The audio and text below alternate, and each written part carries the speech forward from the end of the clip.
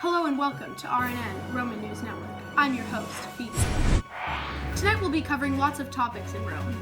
Bread and circuses, the famous celebrity Nero, and social classes. Stick with us to hear about it all. We're starting off tonight with breaking news. We've got one of our reporters on the scene right now. Over to you, Sam.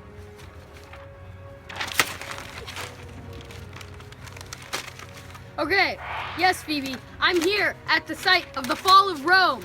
Now, it's a little windy out here. It's raining cats and dogs and hats. Let's discuss why Rome is falling. Well, you see, there are many failures and good things that happened in Rome. Constantine. Thank you.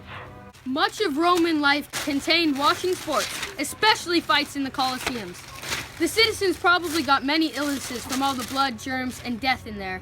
Second, and probably the biggest factor, was the choice of turning Christianity into the religion for Rome. The Roman Empire was not famous for their money handling skills, and it eventually led to weakness.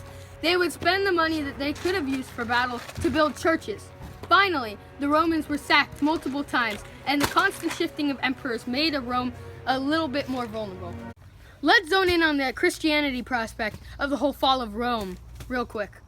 Constantine the Great was the emperor of Rome from 306 AD to 337 AD. During his rule, Constantine the Great was starting to like Christianity. It was becoming popular, especially among the lower class people.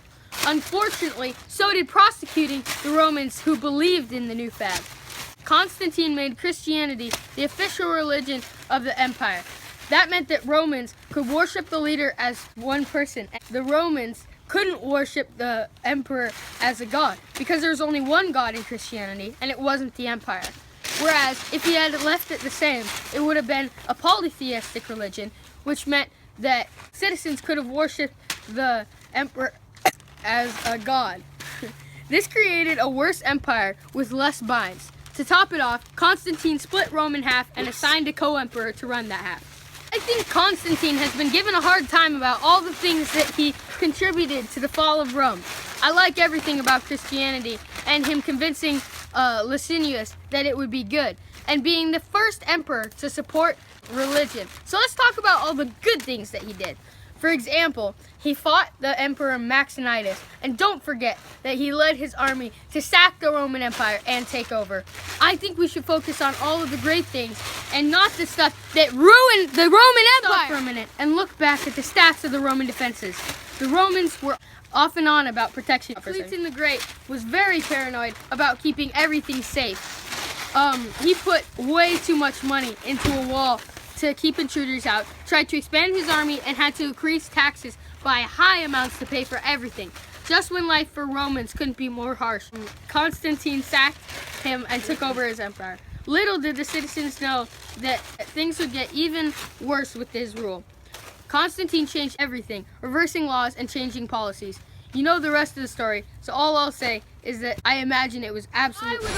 If I were ever the ruler of the great empire of Rome, I would do some things differently. First of all, I would not make Christianity the official religion for all of the reasons that I've stated before.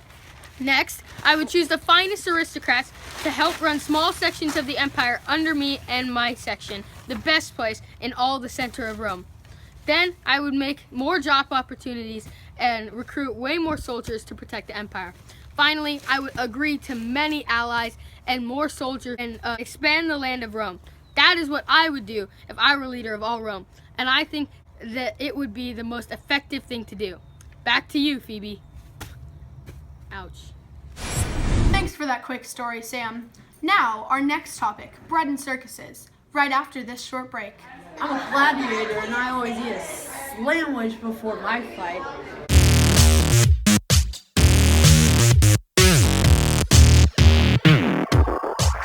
Slamwich.